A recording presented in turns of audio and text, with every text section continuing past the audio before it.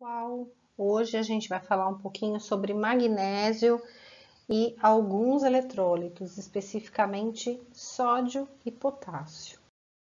Tá? Então, iniciando aqui a nossa aula com o magnésio, tá? Importante, então, a gente contextualizar que ele é um elemento que tem uma grande presença no nosso tecido ósseo, né? Mais de 50% do total de magnésio que a gente tem no nosso corpo está presente no tecido ósseo, né? E nós temos aí dessa presença em torno de 25% que são intercambiáveis, né? Que podem ser mobilizados para atuar principalmente para regulação de pH no nosso sistema tampão. O magnésio, ele é um elemento que a gente tem a presença em torno de 24 gramas no nosso organismo, né? Então, embora ele esteja em grande proporção no tecido ósseo, temos o magnésio também no tecido muscular e temos em outros tecidos, mas ele vai ser um íon que tem uma concentração preferencialmente dentro da célula, né, dando um destaque importante aí à mitocôndria, né, na organela mitocôndria e também no núcleo celular. Quando a gente pensa nesse total de magnésio que é encontrado no nosso organismo, nós temos também esse magnésio disponível no nosso plasma sanguíneo, como eu falei lá, daqueles 25%, em torno de 25% intercambiáveis, né? E desse total de magnésio que está no plasma, a gente vai ter 50% aproximadamente na forma livre, 1/3 ligado à albumina e o restante está complexado a algum outro íon, mas principalmente ao fosfato.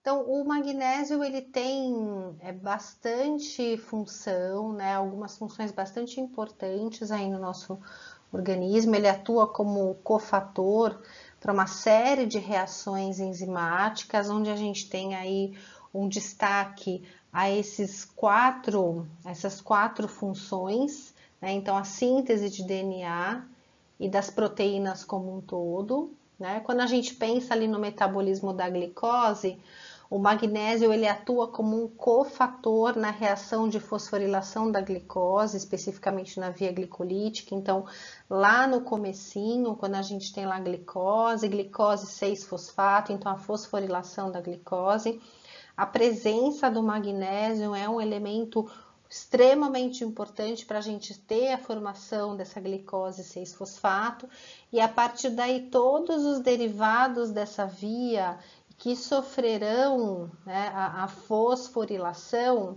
precisarão do magnésio para que essa reação de fosforilação aconteça. É importante para a síntese de NAD e NADP. E ele também tem um papel importante na questão da excitabilidade muscular, principalmente do músculo cardíaco, né? Do nosso músculo esquelético, mas ele também participa dos níveis no processo de controle de pressão arterial, né? Excitabilidade e transmissão neuromuscular, como eu falei anteriormente. Né? Como é que acontece o processo de metabolização, especificamente absorção desse magnésio, né? Então, a gente vai ter aí um processo de absorção que acontece principalmente na porção do ilho e do cólon, né? Mas existe uma relação direta entre a quantidade de magnésio que eu consumo quando comparada com a excreção. É um mecanismo bastante dinâmico, né? Onde praticamente toda a quantidade de magnésio que eu vou consumir, eu excreto. E existe uma relação bastante importante com a taxa de aproveitamento desse magnésio com a matriz alimentar que ele está disponível, né? Então, normalmente, quando a gente tem uma matriz aminoácidica, existe um processo de hidrólise, né, de digestão e de liberação desse magnésio de forma mais efetiva, né? Consequentemente, uma tendência de maior aproveitamento e de aumento de biodisponibilidade deste magnésio, tá? Como é que esse magnésio ele vai ser absorvido? Praticamente 30 a 50% desse magnésio que eu ingeri e que chegou ali na minha luz intestinal vai ser absorvido de forma passiva, né? A favor de um gradiente de concentração, né? Então, a gente teve lá o aumento da concentração de magnésio na minha luz intestinal, consequentemente, a favor desse gradiente de concentração do meio mais para o meio menos, em torno de 30 a 50% desse magnésio será absorvido, né? E aí, 25% do magnésio absorvido vai ser excretado novamente na luz intestinal na forma de secreções digestivas, né? Porque esse magnésio que eu absorvi, ele vai ser direcionado para alguns órgãos anexos bastante efetivos da digestão dos nutrientes, logo serão novamente disponibilizados ali na luz intestinal a partir desse processo de secreção, tá? Então, vai acontecer aí um processo de reabsorção deste magnésio consumido. De uma forma geral, a taxa de absorção desse magnésio pode variar de 35% a 45%, né? E como eu falei para vocês, grande parte acontecerá de forma passiva, mas nós também temos o processo facilitado por um carreador específico, que é o TRPM6 e o TRPM7, tá? Que vão aí dar uma característica, né, do processo de difusão facilitada por esse carreador. Quando a gente fala da taxa de excreção, aproximadamente 3 a 5% do magnésio que foi filtrado vai ser excretado na urina, tá? Uma outra questão bastante importante relacionada ao magnésio, né, é a participação que ele tem no metabolismo da glicose, como foi falado anteriormente, e consequentemente na ação da insulina, né? Então, o magnésio ele também atua como um cofator importante para a fosforilação do receptor insulínico, né? Então, a gente vai ter uma fosforilação da tirosina específica do receptor de insulina e automaticamente a ativação para captação de glicose dentro da célula. Todo esse processo, ele será dependente também do magnésio. Então, de forma secundária, né, a gente pode dizer também que o magnésio ele é um importante nutriente de regulação do metabolismo glicídico, ou, né, consequentemente, dos níveis glicêmicos. Então, aqui a gente tem uma representação do metabolismo do magnésio, então a gente vai ter aqui praticamente uma ingestão de 300 miligramas dia, com um potencial de praticamente 100% desse total ingerido, né, estar presente ali na minha luz intestinal, conforme foi mencionado anteriormente. Desse total, nós teremos então uma eliminação em torno de 200 miligramas nas fezes, mais uma taxa de reabsorção em torno de 130 miligramas, né, que vai contribuir aí com a circulação do magnésio, com o pool de magnésio orgânico e toda a manutenção, né, das reações às quais ele atua como um cofator.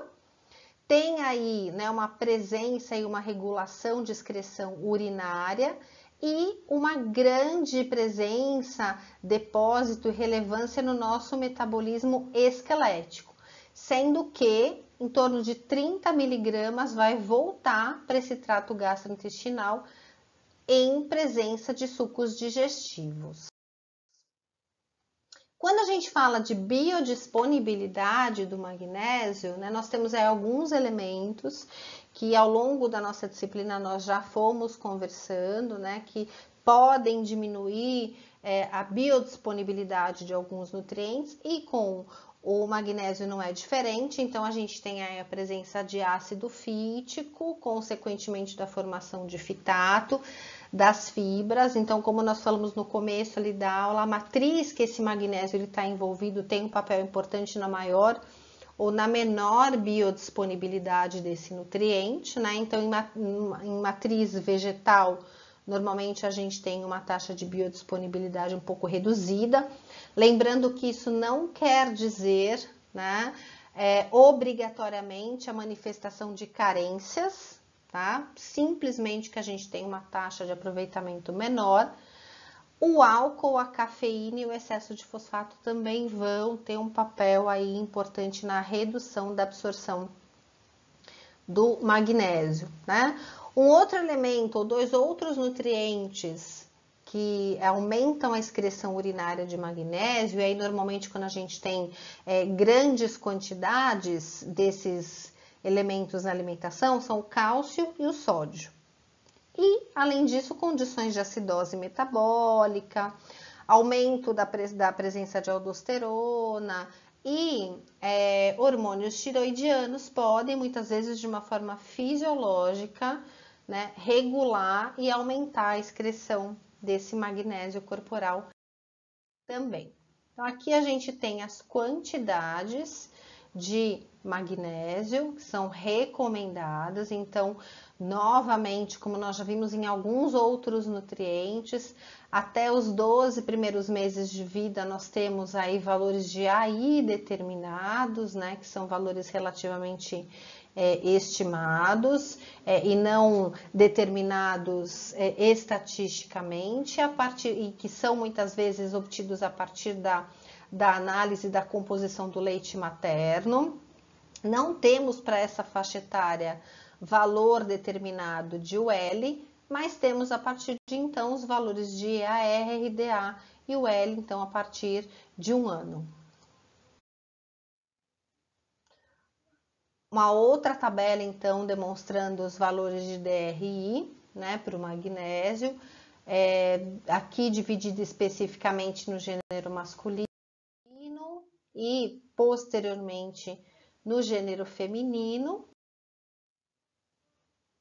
E aqui em situações específicas, onde normalmente a gente tem um aumento na demanda, né? Então, gestante e lactante, pensando aí, então, né, que nós temos muitas vezes quantidades aumentadas, principalmente por conta da fase, que em situações que fogem de gestação e lactação, poderiam ser classificadas como valores muito próximos de UL, né, ou até acima de UL. Quando a gente fala das fontes alimentares, é muito difícil que a gente tenha uma carência de magnésio, né? Que seja percebida uma deficiência de magnésio. A dieta dos brasileiros traduz, em média, o consumo de 122 a 313 miligramas de magnésio dia. E por que muitas vezes é difícil a gente encontrar carência de magnésio? Porque ele é amplamente distribuído nos alimentos, né? Então a gente vai encontrar magnésio nos cereais e nos seus derivados, nas frutas, como ele faz parte da estrutura da clorofila, em vegetais folhosos a gente também tem magnésio, né? Nos derivados lácteos, nozes, muitas vezes a gente tem alguma concentração de magnésio em água, então ele é relativamente abundante, né? É claro que quando nós tivermos um indivíduo com um estado nutricional muito comprometido, né, ou muitas vezes com uma nutrição parenteral, com uma doença renal, como grande parte da excreção desse magnésio acontece no rim, né, a gente pode ter algum distúrbio de concentração desse magnésio. Nesse último exemplo que eu dei, a gente pode ter inclusive um acúmulo, mas são condições muito pontuais e muitas vezes num quadro aí bastante agravado, tá? Aqui nós podemos observar então, né, dentro de uma refeição contendo, né, quantidades ou porções bem próximas do que a gente consome e muito viáveis, né? uma quantidade de magnésio que atende a minha necessidade diária, então arroz, 6 colheres de sopa, muitas vezes 3 e 3 colheres divididas entre almoço e jantar, um vegetal refogado, né? Uma amêndoa que pode estar disponível aí no lanche da tarde, uma fruta, lembrando que a nossa recomendação é de 3 a 5, né? Um outro legumes aqui na forma de quiabo, batata, então em quantidades ou em porções fáceis de serem consumidas. E esse exemplo aqui de cardápio ou de refeição é suficiente para a gente atingir a nossa necessidade ou a nossa recomendação de magnésio dia, tá? Então, por isso, volto a dizer que a gente não está conversando aqui de um elemento que é tão fácil ou tão prevalente essa condição de carência, mas é possível de se encontrar, né? Então, naquelas condições que eu já comentei anteriormente com vocês. E aí, quando a gente tem uma deficiência grave, nós temos aí desdobramentos bastante relevantes, né? Então, a gente vai ter uma condição de parestesia, muitas vezes uma confusão mental, por conta de uma menor estimulação, inclusive, né, dos neurônios, dessa excitabilidade que o magnésio é responsável por regular. Podemos ter uma redução da atividade de osteoblastos, né? Então um comprometimento na minha saúde óssea. E se o magnésio ele está tão envolvido no metabolismo da glicose e na regulação da sensibilidade do receptor insulínico, é claro que em condições de carência a gente pode ter também uma alteração nessa via metabólica, né? E aí, consequentemente, uma maior chance de elevação dos níveis glicêmicos. E é claro que quando isso vem associado a outros fatores, isso pode corroborar para o desenvolvimento de um diabetes, uma síndrome metabólica, doenças cardiovasculares de uma forma geral. Como nós vimos também, o magnésio, ele é um elemento extremamente presente na mitocôndria, né? Então, em condição de carência, nós podemos ter aí uma situação de estresse oxidativo, que é mais um elemento, né, determinante para o risco de doenças crônico não transmissíveis, tá? E aí a gente tem algumas situações específicas onde o magnésio ele tem sido estudado, né? Então, por exemplo, em atividade física, especificamente em praticantes de exercícios de longa intensidade, né, que precisam aí de uma grande performance. O que alguns estudos eles mostram? Que naqueles indivíduos que têm reduzidas concentrações de magnésio, que essa é uma condição relativamente frequente nesses casos, né? Quando esse magnésio ele é suplementado, isso gera um melhor desempenho por parte desses praticantes. Provavelmente por conta dessa regulação glicêmica, mas principalmente pela melhora da atividade mitocondrial. Outros estudos, né, focam aí na importância e na relevância do magnésio nos quadros de osteoporose, justificando então que em condições de hipomagnesemia existe uma maior instabilidade, leia-se aí essa instabilidade, uma maior fragilidade óssea. Por que isso, né? Então, primeiro porque nós vimos que o magnésio ele é um constituinte ósseo. E segundo, porque existe uma correlação direta entre a presença de magnésio e regulação do metabolismo da vitamina D. Lembram que a gente comentou que a vitamina D, ela precisa participar de reações de hidroxilação, né? Hidroxilação que vai acontecer no rim, né, hidroxilação que vai acontecer no fígado e que essas reações de hidroxilação elas são fundamentais para a gente ativar essa vitamina D. Então, as enzimas que fazem essa reação de hidroxilação são as hidrolases. E essas hidrolases elas são dependentes de magnésio. Logo, em carência de magnésio, ou muitas vezes nem uma condição de carência, mas numa situação de maior utilização, a gente pode ter menos magnésio disponível disponível e, consequentemente, uma menor efetividade da ação das hidrolases. Então, também é um ponto aí importante que a gente precisa levar em consideração. Outras duas situações em que o magnésio ele tem sido estudado.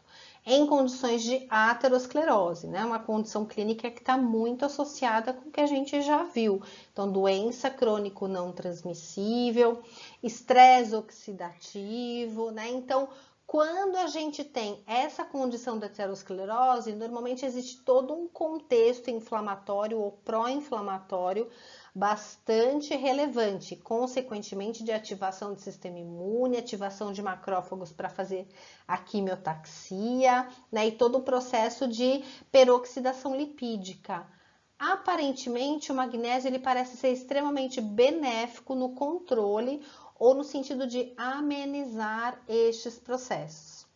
Em pacientes asmáticos, a suplementação de magnésio na forma de sal de sulfato pode causar uma condição de broncodilatação e melhora de função respiratória, né? Então, gerando aí uma maior taxa de oxigenação e melhora do quadro clínico. Então, nós temos aí algumas situações bastante interessantes aonde o magnésio ele tem sido estudado.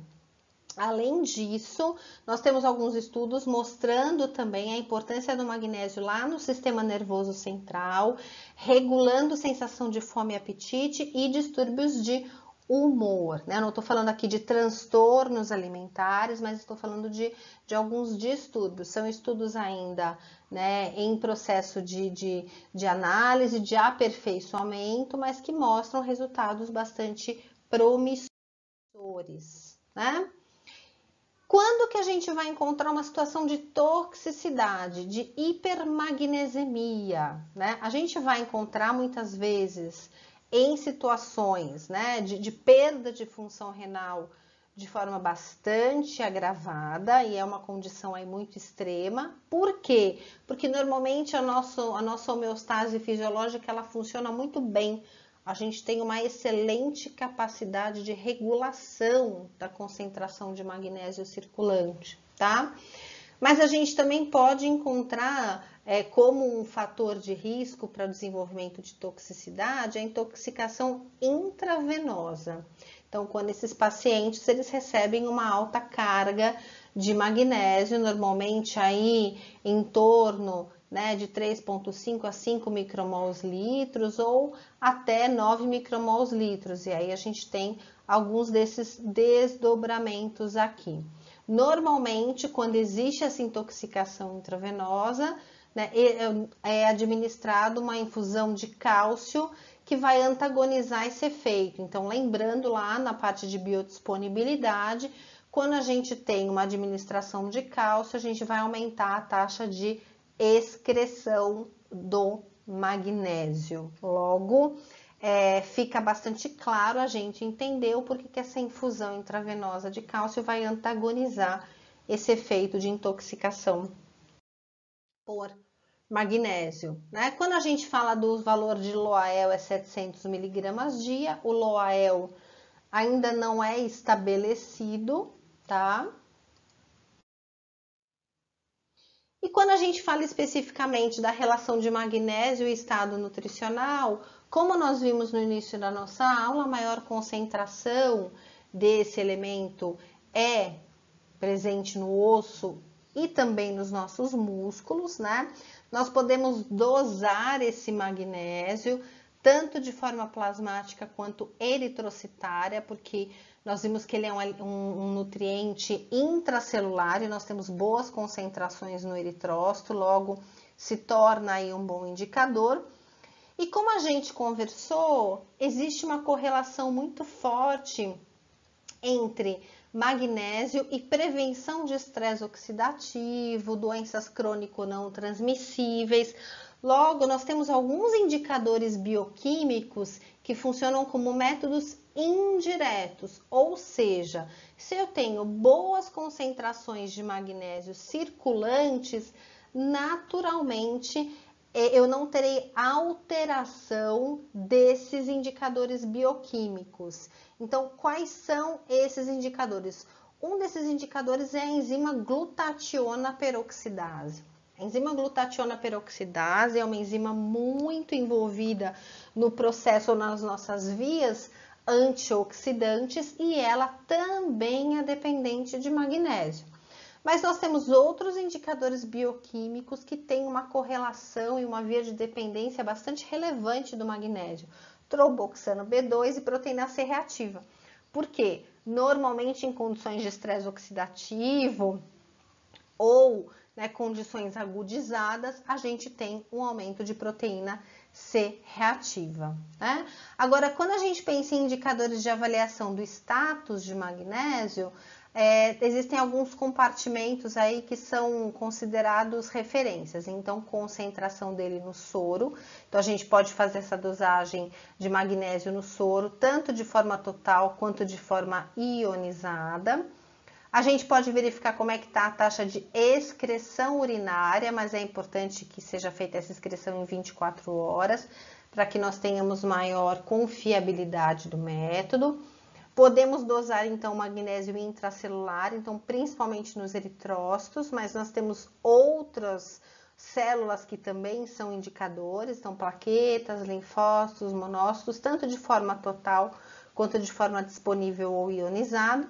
E a gente pode, por biópsia, agora já de forma mais complexa, fazer a verificação, então, do magnésio no osso e no músculo.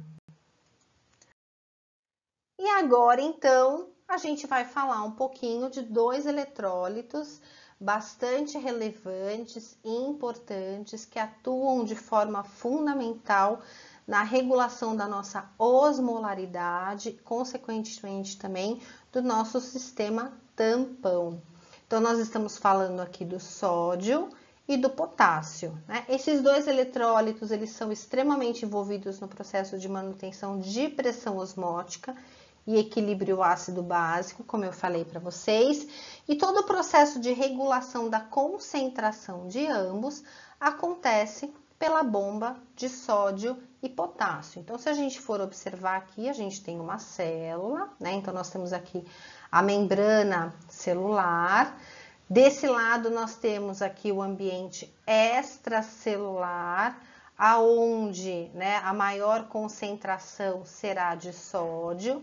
Então, o sódio, ele é um eletrólito extracelular, e o potássio, que é um eletrólito intracelular.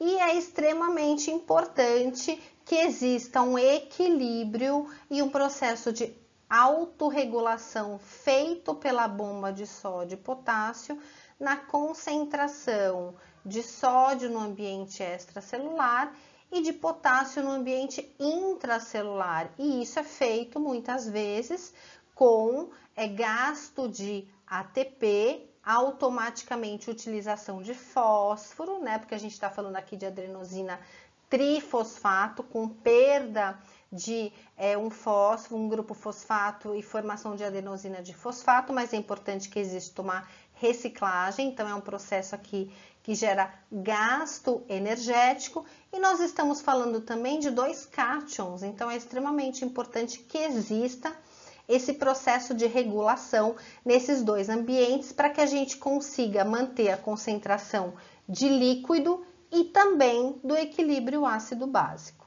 Né?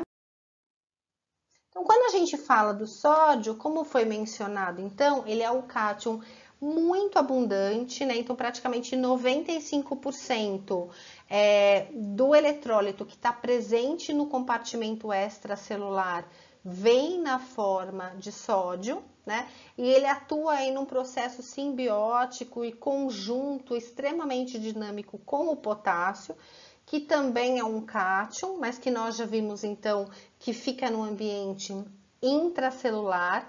Logo, eles são elementos relevantes para a manutenção da nossa osmolaridade, do nosso volume plasmático total e da nossa pressão arterial, que tem uma relação direta com a quantidade de volume plasmático total.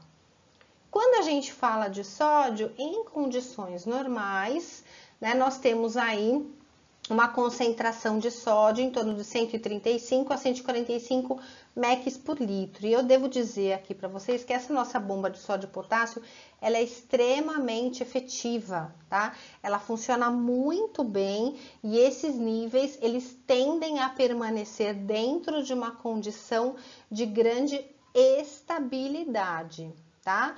Porém, nós podemos ter algumas condições aonde nós, né, podemos desenvolver principalmente aí um aumento na quantidade de sódio no ambiente extracelular e automaticamente um aumento de volume plasmático total e, por consequência, um aumento na pressão arterial sistêmica, ou eu também posso ter uma redução desse volume plasmático total. E nessa condição de redução de volume plasmático total, a gente vai ter ativação do sistema renina-angiotensina-aldosterona. Antes que a gente fale um pouquinho desse sistema renina-angiotensina-aldosterona, é muito importante que eu comente com vocês que nós temos um momento da vida onde nós vamos ter de forma fisiológica essa expansão do volume plasmático total, que é a gestação, né? Então, esse aumento de volume plasmático total, que é uma condição fisiológica da gestação, nem sempre vem associado com aumento de pressão arterial. Por quê? Em detrimento, né, de maior atividade hormonal, principalmente por secreção placentária, nós temos também uma maior vasodilatação periférica, que vai ser extremamente importante no sentido de regular essa pressão arterial, evitando picos hipertensivos, tá? É claro que nós temos algumas mulheres que podem desenvolver a síndrome hipertensiva gestacional, pré-eclâmpsia, eclâmpsia, síndrome HELP, e aí a gente fala de uma condição que não é fisiológica, né? E aí a gente já parte para a história da fisiopatologia, tá?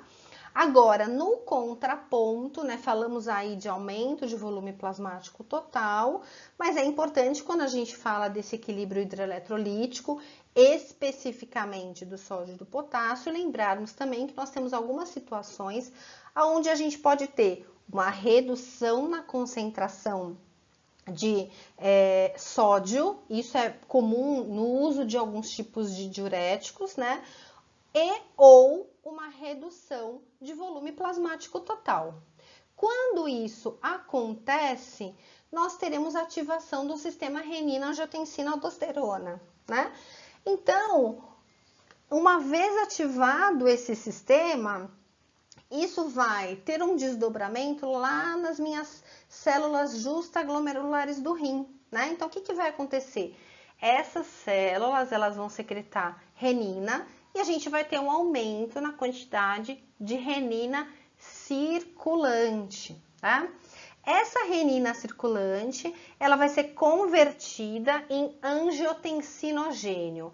É extremamente importante que a gente lembre que o angiotensinogênio plasmático, né, ele precisará ser convertido em angiotensina 1.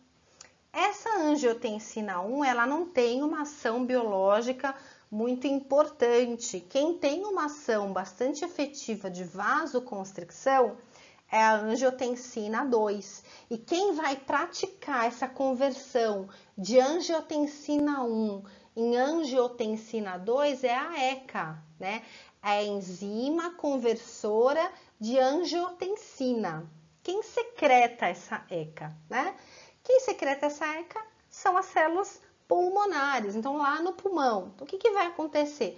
A gente vai ter um aumento na quantidade de angiotensina 1 circulante, né? Frente à percepção dessa situação, a gente vai ter a liberação de ECA e essa ECA vai modular a transformação dessa angiotensina 1 em angiotensina 2. A partir daí, a gente vai ter como desdobramento e como consequência o quê? Maior secreção de aldosterona.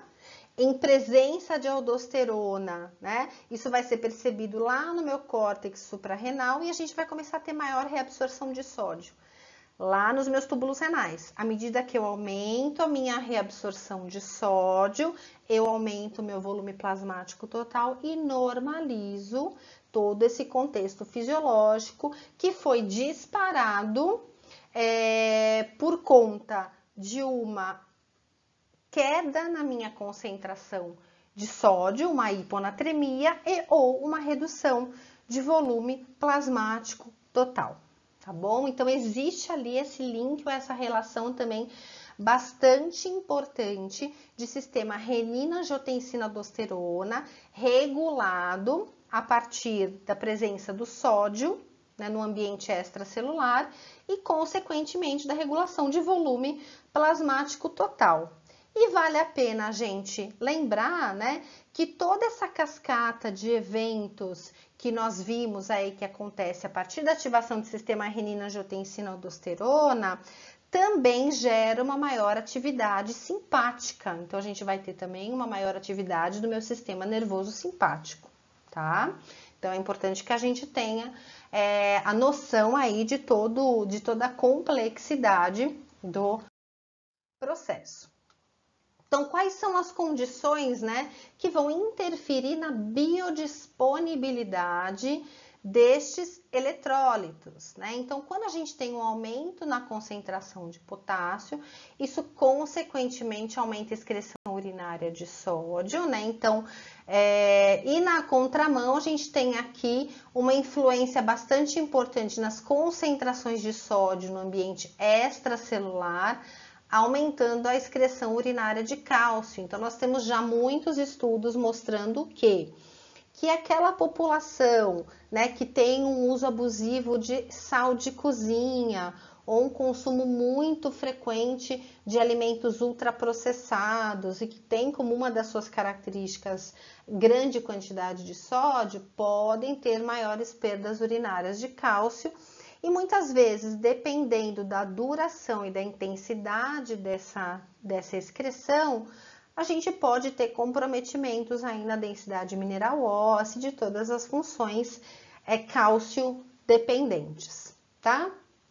Quando a gente fala da biodisponibilidade do potássio, praticamente 85% do potássio que é ingerido será absorvido. Ele tem uma taxa de aproveitamento bastante relevante, né? A forma que a gente tem de perder esse potássio de maneira mais expressiva é durante o preparo dos alimentos. Então, no cozimento e no processamento de alimentos. Mas nós temos também alguns outros elementos que podem interferir negativamente. Então, a ingestão de bebida alcoólica, que vai ter aí um maior efeito diurético, e isso pode influenciar principalmente na questão do sódio, né? O uso excessivo de cafeína, o excesso de açúcar e drogas diuréticas que podem influenciar nesse equilíbrio e nessa regulação de osmolaridade que acontece de forma tão efetiva e de forma tão eficiente, né, com a ação conjunta entre sódio e potássio. Algumas fontes alimentares, né? Então, a gente vai ter aqui o cloreto de sódio, bicarbonato de sódio, alimentos processados também pela presença de glutamato monossódico, e aqui eu faço um parênteses também, no uso de produtos light e dietéticos. Alguns edulcorantes têm na sua composição sódio, então é extremamente importante a leitura do rótulo e o cuidado na orientação do seu paciente, né? Vamos ter também presença de sódio em produtos proteicos de origem animal, não só em embutidos, em conservas, mas nos leites, nos frutos do mar, nas carnes, aqui leite e derivado, né? E potássio, alimentos frescos, nas frutas, nos vegetais, mas também nas carnes, né?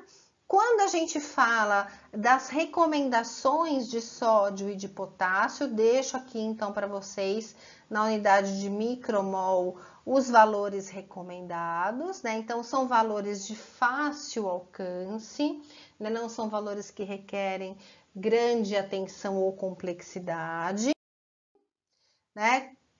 Observando aqui a recomendação de potássio, nós temos o valor expresso na forma de AI ao longo de todas as faixas etárias e não temos a determinação de UL, né? Então, observando aí a mesma lógica de acordo com diferentes faixas etárias e diferentes gêneros, tá? Aqui em gestantes e lactantes também, o mesmo princípio e a mesma característica. Quando que a gente vai ter maior chance de desenvolver deficiências desses eletrólitos, né? Em condições que podem propiciar desidratação, então, e alteração de volemia, né? Alteração do meu volume plasmático total. Então, vômitos intensos, aqueles vômitos incoercíveis, vômitos em jatos, né? Ou mesmo diarreias, claro que isso vai depender da intensidade e de quanto essa diarreia ela se prolonga, né?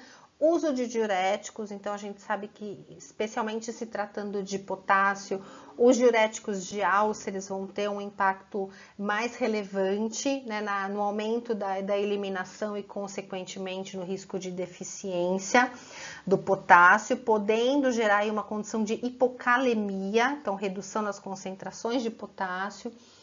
Temos também uma situação clínica muito associada à deficiência e alteração do balanço desses eletrólitos, que é a desnutrição, principalmente aquela desnutrição proteica, né? Porque a albumina, que é um dos principais indicadores da desnutrição proteica, também contribui com a regulação dessa osmolaridade, então é uma condição de parceria, né?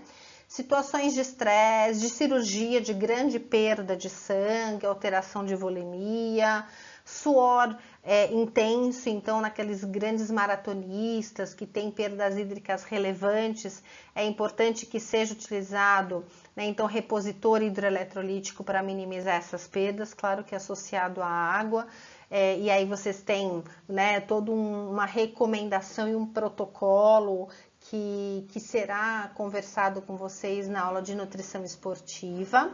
Tá? Então, em condições de hipocalemia, como eu comentei com vocês, a gente pode ter arritmia cardíaca, muita fraqueza muscular, muitas vezes associada à cãibra, que é um dos sintomas clássicos, né?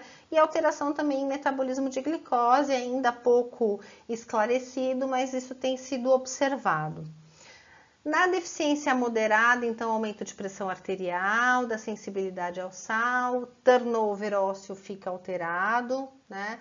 Risco de litíase renal e acidente vascular cerebral. E toxicidade? A toxicidade, principalmente do sódio, pode se relacionar à hipertensão arterial, porque a gente vai ter um aumento de volemia, e se eu aumento a volemia, eu vou aumentar a minha pressão, né, nos meus vasos, né? Quando a gente fala em hipercalemia, a gente pode ter aí presença de arritmias, né? Quando nós temos a presença de inibidores da enzima conversora, então nesses casos de toxicidade, o que se faz normalmente? Né? A gente pode utilizar inibidores de enzima conversora de angiotensina, porque nós já vimos que essa ECA, ela vai fazer o quê? Ela vai promover como resultado final vasoconstrição e maior reabsorção de sódio. Então, se a gente quer reduzir essa concentração de sódio, eu preciso inibir muitas vezes a ação dessa enzima, tá? É bastante frequente o desfecho de acúmulo de sódio e de potássio em pacientes com insuficiência renal crônica e também em idosos pelo próprio processo de perda de função aí, né, do rim ao longo da vida, tá? E para a gente avaliar corretamente, né, o balanço, a ingestão e, consequentemente, as concentrações de sódio e potássio, vale a pena uma anamnese bem detalhada, então o recordatório de 24 horas e muitas vezes é recomendado que façamos aí um registro de 3 dias, então que tenhamos mais dias de observação. Temos aí um método para avaliar excreção desses elementos, que é a urina de 24 horas, né? Mas lembrando que nós temos muitos fatores que estão diretamente envolvidos na manutenção dos níveis de sódio e de potássio no nosso corpo. Então, fatores genéticos, fatores de exercício físico, tabagismo, estresse, e que todos esses fatores eles também precisam ser levados em consideração no momento em que a gente faz essa análise e que a gente quer ponderar o status desses eletrólitos no organismo. Tá bom, gente? Então é isso. Eu espero que tenha ficado claro para vocês, então, a relevância, a importância do magnésio, do sódio e do potássio.